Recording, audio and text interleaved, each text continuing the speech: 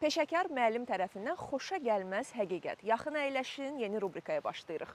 Fərq eləmir, 1 ilin, 3 ilin, 5 ilin, 10-cu ilin müəllimisiniz. Mütləq şəkildə sinifinizdə bir gün elə bir an yaşanacaq ki, sizi şoka sala biləcək. Heç yaşamadığınız situasiya, heç üzləşmədiyiniz tələbə və ya şagird bu qaçınılmazdır.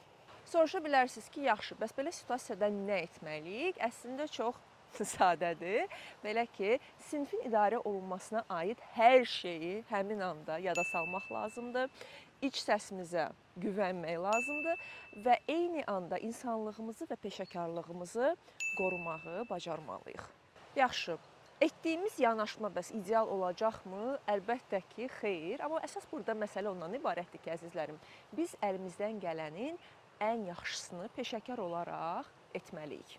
Məncə, unutmamalı olduğumuz həqiqət ondan ibarətdir ki, problem gələndə onun yanında həll yolu da mütləq ki, gəlir.